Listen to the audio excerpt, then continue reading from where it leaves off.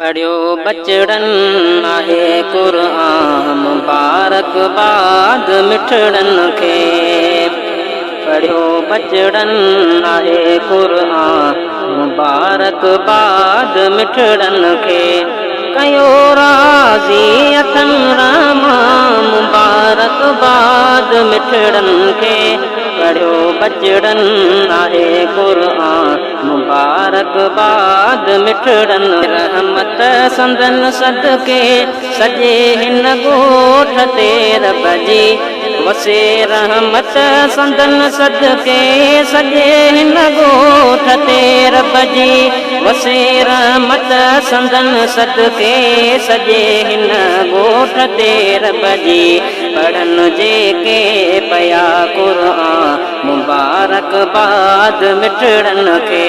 कयो राज़ी अथन रामा मुबारकबाद मिठड़न खे। पढ़ियो बचड़न आहे क़ुरान मुबारकबाद मिठड़न खे। हुई हसरत दिली जिन जी कई पूरी खुदा तिन जी। हुई हसरत दिली जिन जी कई पूरी खुदा तिन जी। हुई हसरत दिली जिन जी कई पूरी खुदा तिन जी। लता तिन जा दिली अरमान मुबारकबाद मिठड़न खे। कयो राज़ी अथन रामा मुबारकबाद मिठड़न खे। पढ़ियो बचड़न आहे क़ुरान मुबारकबाद मिठड़न खे।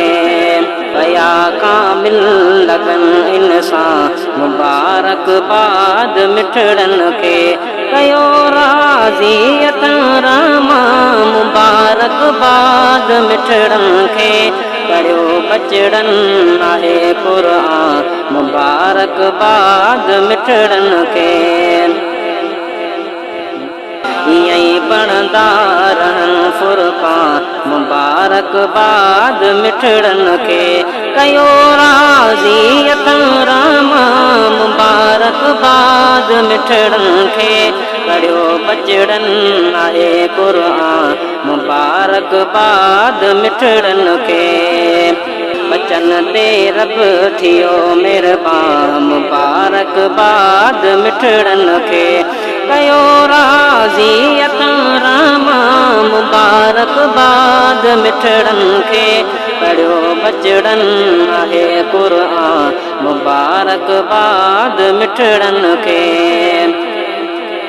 लिखा ख़ुश थी पयो माही ग़ज़ल सावल ग़ुलाम हुसैन। लिखा ख़ुश थी पयो माही ग़ज़ल सावल ग़ुलाम हुसैन।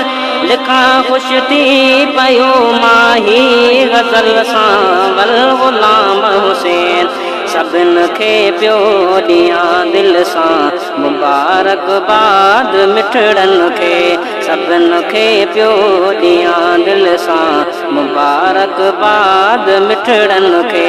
कयो राज़ी अथन रामा मुबारकबाद मिठड़न खे।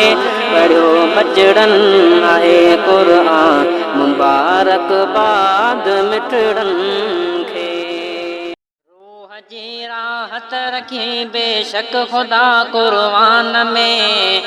दिल ठरे ऐं थे इज़ाफ़ो थो वॾो ईमान में। दिल ठरे ऐं थे इज़ाफ़ो थो वॾो ईमान में। दिल जे अंदर सां करे हरदम तिलावत आदमी। रोज़ जो मामूल अहिड़ो ई बणाए लाज़मी। थी वञे पस्तीअ मंझां आला बुलंदी मान में। दिल ठरे ऐं थे इज़ाफ़ो थो वॾो ईमान में। रूह जी राहत रखे बेशक खुदा क़ुरान में। दिल ठरे ऐं थे इज़ाफ़ो थो वॾो ईमान में।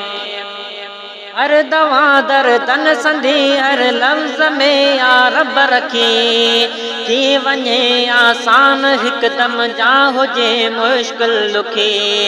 सब निज़ामे ज़िंदगीअ जो हल सचो फुरकान में दिल ठरे ऐं थिए इज़ाफ़ो थो वॾो ईमान में रूह जी राहत रखी बेशक ख़ुदा क़ुर्आन में दिल ठरे ऐं थिए इज़ाफ़ो थो वॾो ईमान में साफ़ क़ल्बे ज़ंग थे ऐं ज़िंदगी जो इर्तिका दिल सुकूनी हाल में पो बेरिया रहंदी सफ़ा साफ़ क़ल्बे ज़ंग थे ऐं ज़िंदगी जो इर्तिका दिल सुकूनी हाल में पो